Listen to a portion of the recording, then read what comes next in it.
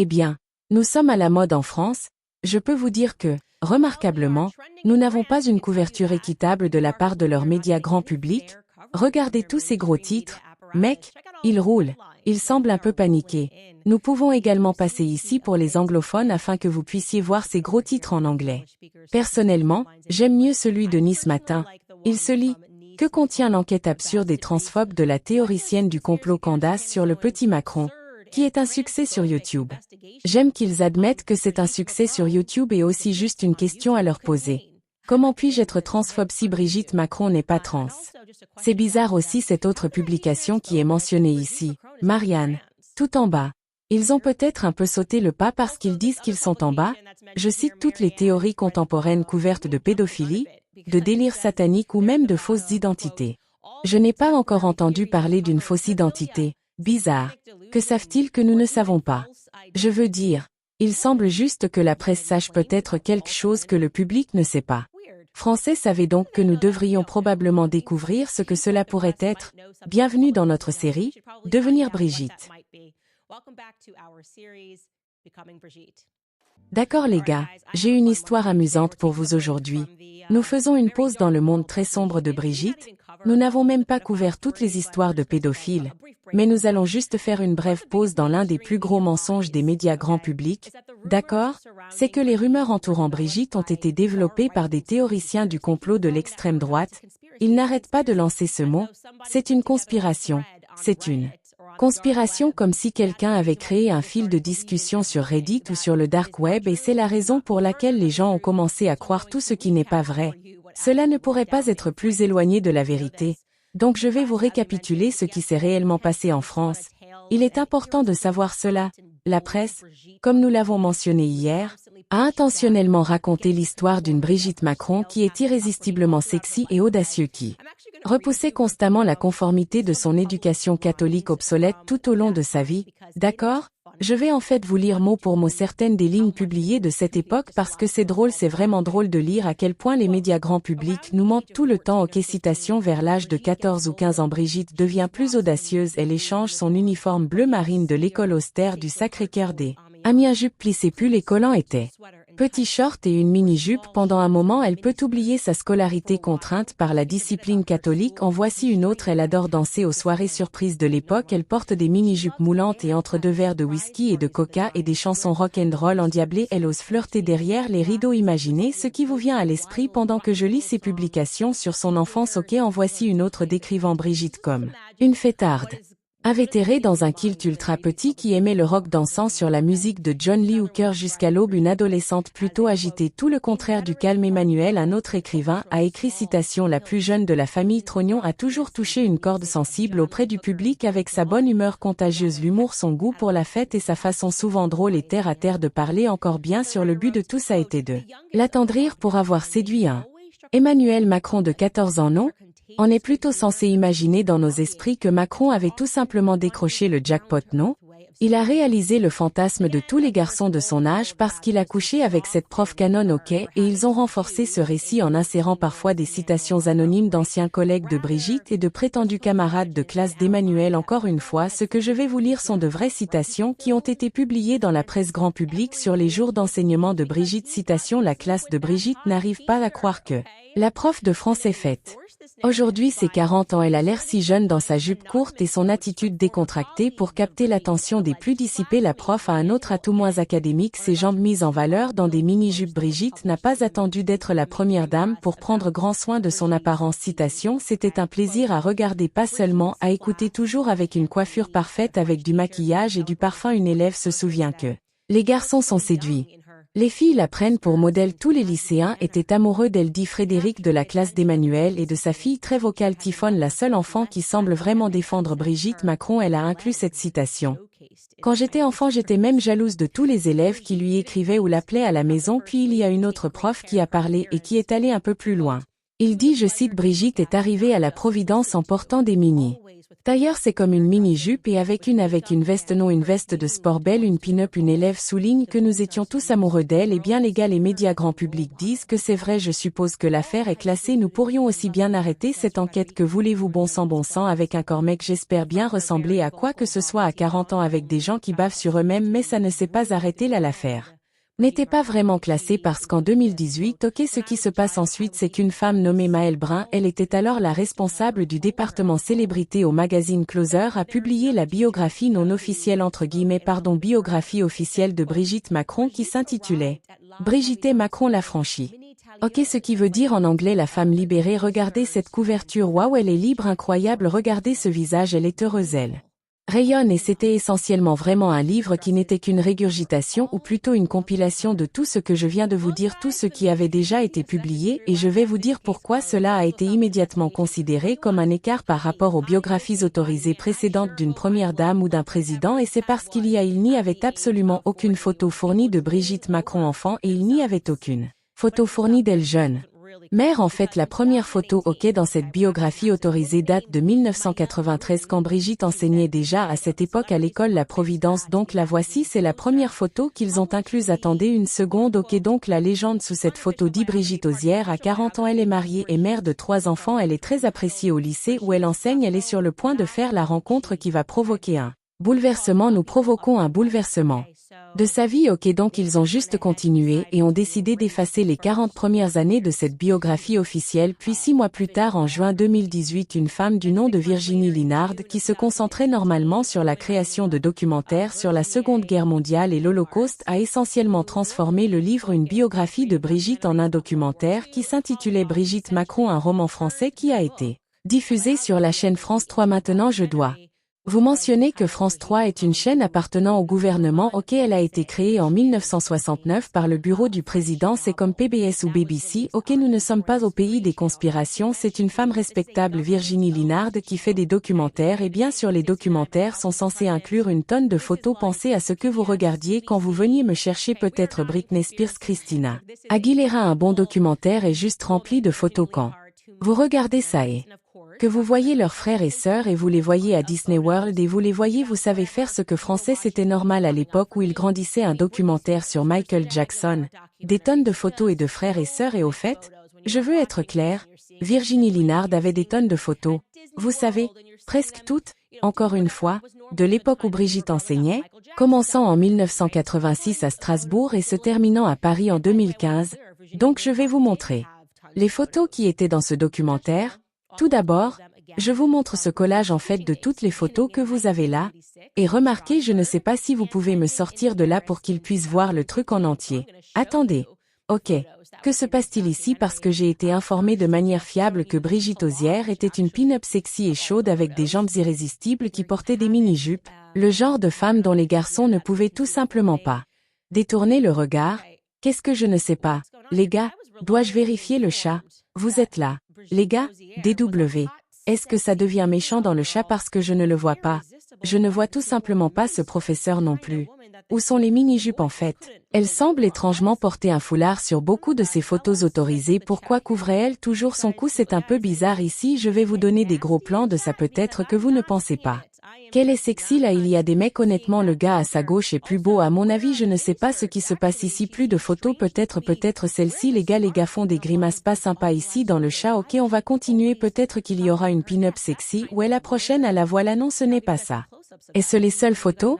Ce sont celles du documentaire. Peut-être que mon producteur a fait une erreur je ne sais pas où est la pin-up. Je suis désolée les gars, j'ai juste l'impression de vous avoir laissé tomber. De toute façon, Virginie Linard, la réalisatrice du documentaire, comme je l'ai dit, est très respectée, donc sûrement elle a dû essayer d'obtenir beaucoup plus de photos avant les années d'enseignement de Brigitte. Si elle n'est pas une fraude, alors ça aurait été la première chose qu'elle aurait essayé de faire. C'est intéressant, elle a parlé de la difficulté qu'il lui a été donnée de faire ce documentaire. Elle a dit, et je cite, c'est difficile d'enquêter sur Brigitte Macron bien plus que je ne l'imaginais, sur le fond, sur la forme, surtout dès que j'ai commencé à prendre des contacts. J'ai été convoquée par Pierre-Olivier Costa, le chef de cabinet et Tristan Bromet, l'autre chef de cabinet de Brigitte. C'était presque comme un interrogatoire de police. Que veux-je montrer? Qui vais-je Interviewé, j'ai fait une liste de personnes que je voulais rencontrer mais je n'ai pas pu appliquer cette liste. Les personnes interviewées à part ses anciens élèves avaient toute l'autorisation du palais de l'Élysée et étaient très prudentes sur ce qu'elles disaient. Il y a un épais mur de silence. Le niveau de contrôle et de vérification est bien assez stupéfiant. Mon documentaire est un portrait très personnel de 90 minutes. Pour cela j'avais besoin de photos de la jeune Brigitte Macron-D. Petits enfants qui montreraient un itinéraire pas celles approuvées par l'agence Best Image. Ce qui ne sera pas publié n'a rien à voir avec son ancienne vie. C'est un blackout total. Fin de citation. L'agence Best Image. Maintenant n'avons-nous pas juste passé en revue ça hier? C'est l'agence de Mimi qui autorisait les photos qui étaient autorisées à sortir. Donc apparemment l'agence de Mimi a également autorisé les photos qui pouvaient sortir pour ce documentaire. Maintenant Virginie Linard a cependant reçu 2 photos de l'enfant présumé de Brigitte Trogneux. Celle-ci, le public a été informé qu'elle était de Brigitte, alors Trogneux aurait été son nom de famille. Sa première communion. Je vais vous montrer cette photo, la voici, et une autre photo maintenant. Photo infâme de toute la famille Trogneux prétendument prise environ un an après la naissance de Brigitte. Ok, c'est la photo complète de la famille Trogneux sur laquelle nous reviendrons donc maintenant. Vraiment tout ce qui manquait à cette photo de sa communion jusqu'aux photos de classe qui apparaissent en 1986. C'était 23 années de la vie de Brigitte, les plus cruciales français des années de sa vie. Vous savez, je ne sais pas. Elle est adolescente. Elle se marie à 21 ans. Elle aurait eu 3 enfants. Elle se marie avec un banquier nommé André-Louis Osière, qui était son mari depuis 32 ans. Je ne sais pas. Est-ce que les gens ne prennent pas de photos d'elle et de leur mari en France? Je ne sais pas. Virginie Linard a en fait référence à André-Louis Osière, le mari présumé d'André-Louis Osière depuis 32 ans, comme étant le secret le mieux gardé de la République française, et c'est certainement ce que vous avez pensé. Car au moment de la sortie du documentaire, il n'y avait qu'une seule photo disponible de son ex-mari qui avait même fait son chemin sur Wikipédia en tant que son ex-mari. C'est André-Louis Osière et vous pouvez voir qu'il y a sa date de naissance, sa date de décès et les dates de leur mariage de 1974 à 2006. Tout cela est correct, sauf la photo elle-même. Ouais. Pourriez-vous la remonter, cette photo? Il s'est avéré qu'il ne s'agissait pas en fait d'André-Louis Osière parce que un ancien étudiant qui était devenu un politicien. Son nom est François Ruffin. Il est également allé à l'école La Providence et il est sorti et a dit que ce n'est pas André-Louis Osière, c'est Monsieur Hugo, un professeur de la dite école Oups. Peu importe. Mais je dois vous dire que Oups a fait réfléchir le public. Qu'est-ce qui se passe ici? Mec, ça devient un peu bizarre. C'est un peu bizarre. Ok. Et je dois vous dire les gars, il y a eu des réactions immédiates du public, quelques premières réflexions si vous voulez sur les 2 photos qui avaient été publiées depuis l'enfance présumée de Brigitte. Tout d'abord une photo de communion a fait un peu de bruit parce que beaucoup ont estimé que c'était un sosie de sa fille très bavarde Tiphaine. Ils ont pensé que ça ressemblait à Tiphaine. Ok. Et, comme je l'ai dit, elle était la seule fille, la seule enfant de Brigitte qui était prête à participer au documentaire. Elle était prête à parler à Virginie pendant environ 1 heure et comme je l'ai dit, cela n'aide pas que la meilleure image que l'agence photo avait fournie. Les gens se demandaient, et je m'inclus dans cela, était-ce peut-être édité? Non, Mimi, comme nous l'apprendrons plus tard, a été accusée de beaucoup de contrefaçons et de toutes sortes de crimes. Mec, vous devez enquêter sur Mimi Marchand. Donc ce n'est pas totalement fou de se demander si peut-être elle est utilisée parce qu'elle joue un peu et elle est prête à commettre des crimes. Vous savez. Alors oui, c'était en fait mes réflexions à ce sujet. C'était l'un des domaines de pinaillerie. L'un des domaines que les Macron avaient inclus lorsqu'ils m'ont initialement envoyé la première lettre fortement formulée parce que j'avais prétendu dans une émission datant de mars de l'année dernière que la photo avait été recolorée. Je l'ai regardée et j'ai dit que la photo avait l'air trop récente. On dirait qu'elle est recolorée maintenant et j'étais juste en train d'entrer dans cette histoire bizarre.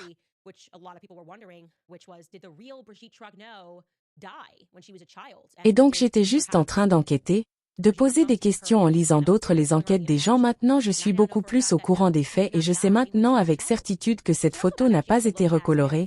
D'accord? De même au début, lorsque j'essayais de comprendre cette affaire, j'avais demandé à Xavier Pussard à propos de la théorie que beaucoup de gens se demandaient, à savoir si la vraie Brigitte Trogneux est morte quand elle était enfant et si Brigitte Macron a peut-être repris son identité. C'était une question qui circulait sur Internet et je sais maintenant avec certitude que non, elle n'est pas morte quand elle était enfant. Alors revenons en arrière et jetons un œil à leur première lettre juridique soigneusement rédigée à mon attention. C'est leur stratégie de répétition. Je vais continuer à vous le rappeler, la façon dont ils poursuivent les gens. la façon dont ils s'en prennent aux gens au tribunal, c'est qu'ils ignorent le fond des revendications. Le fond étant que la première dame actuelle Brigitte Macron était-elle née d'un homme biologique? C'est une simple question par oui ou par non et au lieu d'attaquer qu'ils attendent que les gens fassent une erreur alors qu'ils essaient de recueillir la réponse et bien sûr des erreurs seront faites bien sûr vous pourriez dire que cette photo est recolorée et ils vont boum la poursuivre elle soupçonne d'avoir dit que Brigitte Trognier était un enfant la poursuivez là. Donc c'est la lettre légale que nous vous montrerons qu'ils ont écrite pour vous discréditer ces photos et non seulement sans mérite mais aussi intérieurement incohérent dans votre épisode du 11 mars et du 13 mars et du 17 juin. Vous prétendez que la photo de première communion est une image modifiée du Tiffaine Osière, cependant dans votre podcast du 30 août vous avez convenu avec Pussard que la photo représente la vraie Brigitte Trognier avant qu'elle ne décède à un jeune âge un autre. Mensonge maintenant je veux être très clair Xavier Pussard n'a jamais dit que Brigitte Trognier était décédée à un jeune âge mais je lui ai peut-être posé la question et je spéculais sur le fait qu'elle soit décédée ce qu'ils prétendent être un autre mensonge puis ils disent les hypothèses ne pourraient pas être plus éloignées de la vérité. Vous avez prétendu que la photo de la première communion avait été démystifiée à plusieurs reprises et que la presse déclare maintenant que son attribution à Madame Macron était une erreur, mais vous n'avez cité aucun média ou article rétractant la photo. Vous auriez sûrement fourni cette preuve dévastatrice. Si vous l'aviez, mais vous ne le faites pas. D'accord? Faites une petite danse là-bas. Pourquoi ne disent-ils pas simplement qui est la personne sur la photo commune? Pourquoi ne pas simplement le dire clairement? Si vous allez écrire une lettre juridique, Candice. La personne sur cette photo commune n'est pas Tiffaine Osière et la photo n'est pas recolorée et c'est en fait la première dame Brigitte Macron. Ils ne font pas ça, ils ne le font jamais. Pourquoi ne pas aussi simplement dire quelle est la vérité plutôt que de dire que les hypothèses sont loin de la vérité? Alors bien sûr, maintenant, nous sommes un an plus tard. Je suis maintenant armé d'une image beaucoup plus complète de ce qui s'est passé, de ce que pourrait être la vérité. Mon équipe juridique, comme vous vous en souvenez, a donc inclus une question très simple par oui ou par non. Je leur ai répondu de bonne foi concernant la fille sur la photo de communion. Français réécrit ce numéro 4 est la petite fille photographiée sur la photo de communion prétendument de 1963 la Brigitte Macron qui est actuellement mariée au président Macron vous savez ce qui se passe ensuite aucune réponse ils sont en colère vous avez dit qu'elle a été recolorée vous avez dit que Brigitte Trognier n'était pas morte quand elle était enfant c'est de la diffamation c'est une information et diffamatoire mais nous ne pouvons pas vous dire la vérité il savait à ce moment-là en termes de précision de mes questions il savait que j'étais au courant que j'avais travaillé sur l'enquête que j'étais arrivé à des conclusions plus correctes que je réfléchissais moi ok pas une seule seconde nous n'avons cru qu'ils allaient répondre à nos questions et ils ne l'ont pas encore fait ils nous envoient juste plus de lettres et des choses plus ridicules où ils n'affirment pas quelle est réellement la vérité. Maintenant concernant la deuxième photo de l'enfance présumée de Brigitte que le documentaire a présenté regardons-la pour que vous puissiez comprendre ce qu'il y avait de si explosif à ce sujet cette photo de famille complète famille Trognier 2 dans Amiens. Ok, des observations ont encore été immédiatement faites par le public. Les gens sont autorisés à penser, ils sont autorisés à avoir des pensées, ils sont autorisés à poser des questions. Ok, tout d'abord, les gens pensaient qu'on leur disait qui est-ce que cette petite fille sur les genoux de sa mère est assise ici devant. Mais le public a juste jeté un coup d'œil ici et s'est dit, attendez une seconde, ça ressemble plus à ce petit garçon à l'extrême gauche et attendez une seconde. Qui est ce petit garçon à l'extrême gauche? Il est complètement introuvable jusqu'à présent. Ok, jusqu'à ce moment, malgré tant de presse entourant Brigitte, sa vie de couple, son métier d'enseignante, malgré des sites web généalogiques entiers qui étaient consacrés à sa famille, il n'y avait aucune mention sur ces sites web généalogiques ou dans la presse du garçon à l'extrême gauche. D'accord. Donc c'est devenu le chien qui n'aboyait pas. D'accord. Pour plus de clarté, il n'y avait qu'un seul frère qui était publiquement comptabilisé, le frère aîné de Brigitte. Nous vous montrerons à nouveau une photo. C'est celui qui se tient à l'arrière. C'est Jean-Claude et le public intéressé était maintenant soudainement présenté à un deuxième frère mystérieux et il découvrirait que son nom était Jean-Michel Trognier. Je ne vais pas faire une brève pause ici avant que je ne raconte l'étrange histoire d'Emmanuel Marron. Je ne sais pas pourquoi c'est bizarre et encore une fois, ce sont tous des journalistes grand public, donc je ne sais pas ce que j'ai fait de mal ici en le présentant au monde pour qu'ils puissent voir que quelque chose de bizarre se passe en France depuis un certain temps et plutôt que le public, ce sont les médias grand public qui s'y intéressent. Il continue de salir tout le monde en le traitant de théoricien du complot d'extrême droite. Tous les journalistes que j'ai mentionnés jusqu'à présent sont de gauche. En fait, beaucoup de ces personnes étaient ravies de donner une tribune à Brigitte parce qu'elles sont elles-mêmes féministes. Féministes, et finalement, elles ont dit laissez-moi dresser le profil de cette femme. Puis elles ont réalisé qu'il y avait quelque chose qui ne va pas ici. Quelque chose que je ne peux pas faire. Pourquoi suis-je convoquée au palais de l'Élysée? Que ai-je fait de mal? Pourquoi est-ce que cela ressemble à un interrogatoire de police? J'essaie juste de poser des questions, mais ce n'est pas juste Brigitte. Discutons maintenant de la biographie d'Emmanuel Macron, car c'est assez intéressant, ce type. L'histoire raconte qu'il est né en Amiens, comme Brigitte.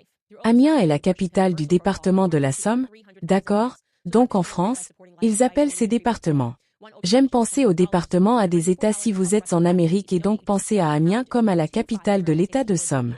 Amiens a aussi une tonne d'histoire qui remonte au Moyen-Âge, car c'est l'ancienne capitale de Picardie, ce qui, pour être clair, signifie simplement comme le nord de la France. Je vous dis ça pour une raison. Maintenant, revenons à sa biographie. Je vais maintenant lire directement le livre à venir du journaliste Xavier Pussard, que nous devrions vous annoncer. Cette semaine, il écrit « Emmanuel Macron reste un mystère pour ceux qui sont allés à l'école avec lui. Ses anciens camarades de classe le décrivent comme le seul dont on ne savait rien, ni où il passait ses vacances, ni ce que faisaient ses parents dans la vie.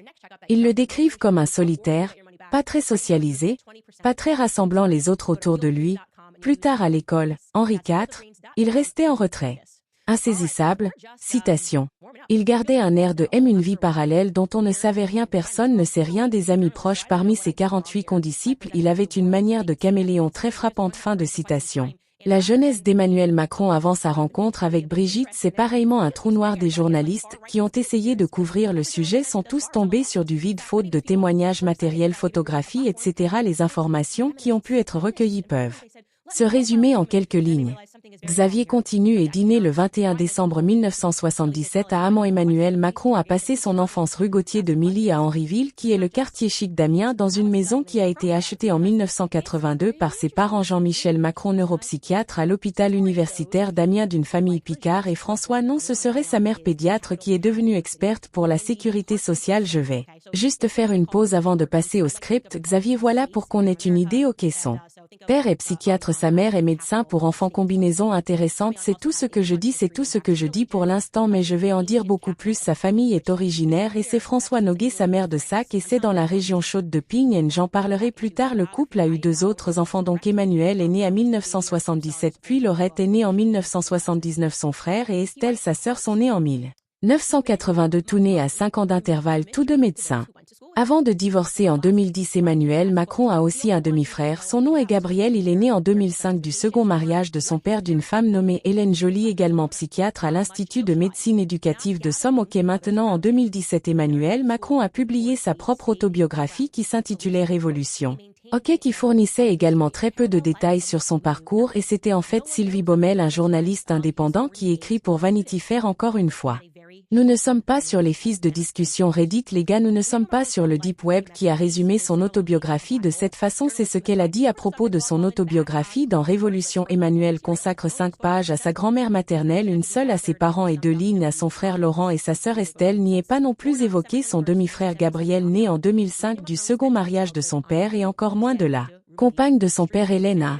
L'inverse, il mentionne scrupuleusement les prénoms des 3 enfants de Brigitte et de leurs conjoints ainsi que ceux de ses 7 petits-enfants. Elle en a eu depuis un 8e le jour de l'investiture. Ils étaient les seuls à fouler le tapis rouge menant au palais de l'Élysée. Tiphaine et Laurence, blonde mince et élégante, et leur frère Sébastien, tous accompagnés de leur épouse et de leurs enfants. L'éloignement est réciproque. En 2014, un collègue de son frère Laurent à l'hôpital lui a demandé si Macron, travaillant avec François allant à l'époque au palais de l'Élysée, était un proche parent. Non, c'est un vague cousin, tout le monde m'embête à propos de ce type, a répondu son frère Laurent.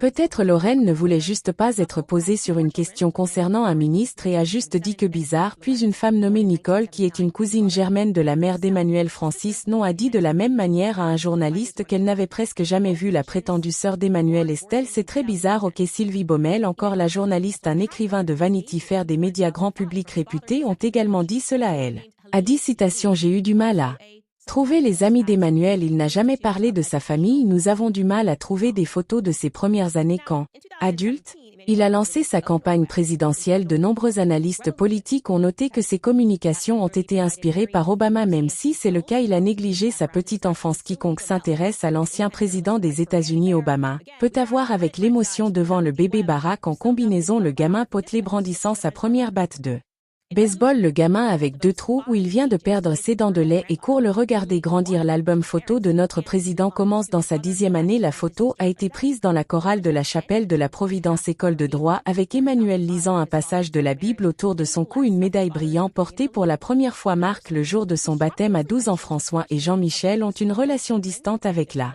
religion. Bien sûr, ils se sont mariés dans une église pour profiter de la pompe de l'événement et rassembler leur famille. Ils n'ont jamais envisagé de faire baptiser le bébé. Waouh, la vie commence à l'âge de 12 ans. En photo, c'est un peu bizarre. Voici les 3 photos auxquelles elle fait référence d'ailleurs, qui ont été largement considérées comme les premières photos connues d'Emmanuel Macron, celle qu'elle décrivant son baptême, un de sa 7e année à Providence et le 3e qui est un autre de ses études. C'est presque comme s'il avait grandi à l'école La Providence avec Brigitte, n'est-ce pas? Oh. Ça va être une citation et je vais recevoir une lettre d'Emmanuel. Elle dit qu'il a grandi à l'école, ce qui n'est pas arrivé. Nous vous poursuivons pour diffamation, bizarrement. Mais je devrais mentionner cela quand Xavier Pussard a continué à creuser. Il a découvert qu'il y avait des photos non créditées et apparemment non autorisées qui apparaissaient dans, vous l'avez deviné, Paris Match, l'un des favoris de Mimi Marchand. Publication en mai 2017, quand on sait que Mimi Marshall, la tueuse de relations publiques pour ainsi dire, au sens figuré, était en charge de la communication pour eux, donc en mai 2017, ces photos sont apparues et je vais vous les montrer. Ok, donc on voit un enfant. Il nous est dit dans les légendes qu'il s'agit d'Emmanuel Macron. Quand il avait 3 ans, d'ailleurs, si vous êtes français et que vous regardez ça, si quelqu'un pouvait identifier ses baskets, ce serait génial. Plus tard, dans les commentaires, j'aurai un gros plan de ça pour vous. Je suis juste curieux de savoir quelle est la marque de basket. Il est écrit qu'il lit. Sylvester et Tweety ont ses cheveux blonds fous et celui en bas à droite est censé être lui. Le bureau médical du père et vous remarquerez qu'à nouveau ces jeunes photos il a tous ses frères et sœurs. Il n'y a aucune photo de lui avec ses frères et sœurs et qui a autorisé ces photos. Elles ne sont littéralement pas créditées dans ce numéro de magazine. D'où viennent ces photos et elles ne sont plus jamais incluses dans aucune biographie, que ce soit une autobiographie, que ce soit une biographie autorisée ou non autorisée. Nous ne pouvons plus revoir ces photos. Ok. Donc pour récapituler, le côté Macron de la famille est censé avoir de profondes racines à Amiens. Ok, ils sont censés être Picardie. Pourtant quand un autre journaliste, un journaliste gay nommé Hervé Alga-Loranda, et pourquoi je vous dis qu'il est gay et ouvertement gay, ce n'est pas pour l'appeler mais parce que n'oubliez pas un gros morceau de ce que disent les médias, c'est que tout le monde est phobique LGBTQ. C'est la raison pour laquelle quiconque dit même quoi que ce soit à son sujet, eh bien, ce type n'est certainement pas bien. Hervé Alga-Loranda a fait quoi est probablement le plus grand effort pour enquêter sur l'éducation d'Emmanuel Macron dans son livre d'enquête, qui en anglais est De jeunesse française, d'accord? Et il a également trouvé des choses vraiment étranges. Avant tout, l'ancien maire d'Amiens, un homme s'appelle Guy de Robian, je vous le montre là, qui était proche de la famille Trognier parce qu'Amand est très soudé et donc n'essayait en aucun cas de leur faire de l'ombre ou de leur faire du mal de quelque façon que ce soit. A dit cela à propos d'Emmanuel Macron. Il a dit que Macron n'est pas d'Amiens. Il est du Touquet, ce qui signifie qu'il n'est pas de la ville d'Amiens. Il est de Touquet, une ville balnéaire en France. Qu'est-ce qu'il voulait dire par là? Qu'est-ce que tu veux dire par là qu'il est un Touquetois? Est-ce qu'il suggère que Macron n'était pas du tout d'Amand? Parce que ce serait bizarre. Pourquoi un maire de la ville dans laquelle le président de la France est né ne voudrait-il pas s'attribuer tout le mérite de sa naissance? Comme oui, Emmanuel Macron est d'ici. Peut-être qu'il voulait juste dire qu'il a passé la plupart de son temps ou la plupart de son temps en dehors de la ville. Je ne sais pas ce qu'il voulait dire par là, mais il l'a dit au moins selon ce livre. Sûrement il voudrait les revendiquer.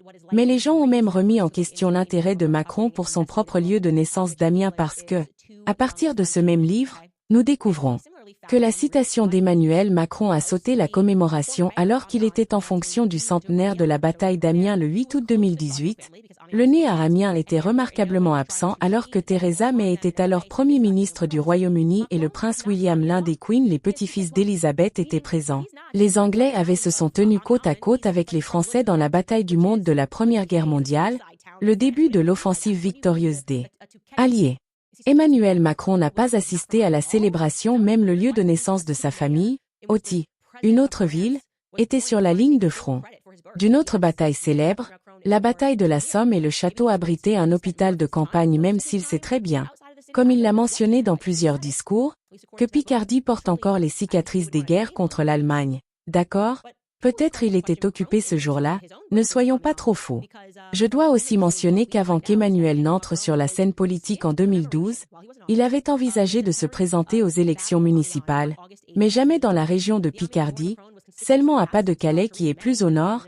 C'est le même Pas-de-Calais dans lequel Brigitte a travaillé comme attachée de presse.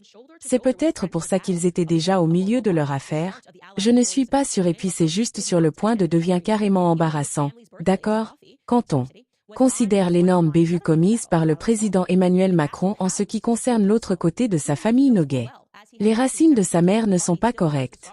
Les origines de sa mère Françoise Noguet, rappelez-vous sa famille remonte à la ville de Haute, qui est une région des Pyrénées, d'accord, pensez aux Pyrénées, qui bordent essentiellement l'Espagne et la France, donc il y a beaucoup de langues parlées différentes dans cette région historiquement. Donc Macron, en sa qualité de président, se rend en Andorre en 2018 et se présente comme un enfant du président des Pyrénées, d'accord. Et cet échange a eu lieu entre lui et un responsable national du Corsac, appelé Xavier Luciani et il a été capturé. Cet échange a été capturé par un journaliste du magazine Express parce que vous savez, lors des voyages du président, ils ont comme un groupe de journalistes qui voyagent avec eux et ils enregistrent et ils écoutent les conversations et ils parlent à cela à un Andorrien et le journaliste écrit que Macron a dit cette citation: j'avais des arrière-grands-parents qui étaient bordons, ils ne parlaient que péranien, leur seul but dans la vie était que ma grand-mère fréquente un état-école pour apprendre le français, pensez Y. Fin de citation. Donc il s'ouvre ici. Maintenant nous savons qu'il était proche de sa grand-mère, il a beaucoup écrit sur sa grand-mère dans son livre La République et il dit que sa grand-mère, comme lui, le seul but de ses parents était que sa grand-mère arrête de parler péranien et aille à l'école et apprenne le français, aille dans une école publique et apprenne le français et il va y penser, pense à quel point il est incroyable maintenant président de la France et c'était tout. Ses arrière-grands-parents voulaient pour sa grand-mère bien-aimée et vous savez ce que ce politicien a fait, y a pensé probablement pas très longtemps parce qu'il s'avère que le péranien n'est pas et n'a jamais été une langue, c'est juste incroyable que ce soit juste incroyable, non jamais un morceau de langue, ils ne savaient pas de quoi ils parlaient, ils disent de quoi tu parles péran, qu'est-ce que c'est, ce n'est pas un truc, les gens ici parlent un tas de langues différentes et ce n'est pas l'une d'entre elles comme elle. Occitan ou le catalan, personne ne parle péran, qu'est-ce que tu essaies dire mec, donc il a juste inventé un morceau de son enfance, donc c'était bizarre, c'était vraiment bizarre mec, vraiment bizarre d'être émotionnellement attaché à une langue qui n'a jamais existé. De toute façon revenons au journaliste Hervé Algalarondo, il a désespérément essayé par la suite de parler à quelqu'un de la famille Macron mais ils étaient aussi proches que larron en foire, ok il s'est fait tirer dessus, abattu, puis il y avait un fonctionnaire à Bagé qui lui a donné une idée, ok, et l'idée qui lui est venue à l'esprit était vous savez quoi, je veux en savoir plus sur l'histoire d'Emmanuel Macron, je devrais parler à Brigitte Bizarno. La raison pour laquelle cette idée lui est venue à l'esprit c'est que ce fonctionnaire lui a dit que quand Emmanuel Macron avait visité Bagé, ok une autre ville, par courtoisie, il faisait la conversation et il a posé des questions à Emmanuel Macron sur sa sœur Estelle parce qu'elle vivait à proximité et il dit qu'apparemment Emmanuel Macron s'est tourné vers Brigitte pour savoir quoi répondre. Il s'est tourné vers sa femme pour savoir quoi répondre à propos sa sœur. Je ne sais pas comment vous vous sentez en ce moment, mais je commence à avoir un petit sentiment dégoûtant. Tout cela commence à me sembler un peu incestueux, vous savez comme pourquoi elle en sait autant et pourquoi il comme plus dans sa famille, je ne sais pas, c'est très bizarre non?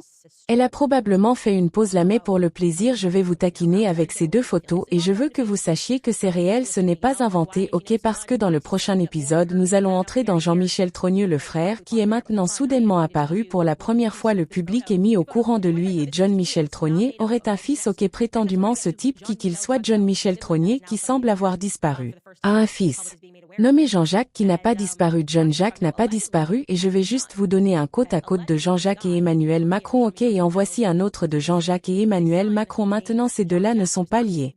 Ok, celui de gauche est prétendument Brigitte qui prétend qu'elle n'est pas Jean-Michel Trogneux, c'est prétendument le neveu, c'est le fils de Jean-Michel Trogneux, ce n'est pas le côté Macron de la famille, ok, c'est Brigitte, c'est le côté Trogneux de la famille.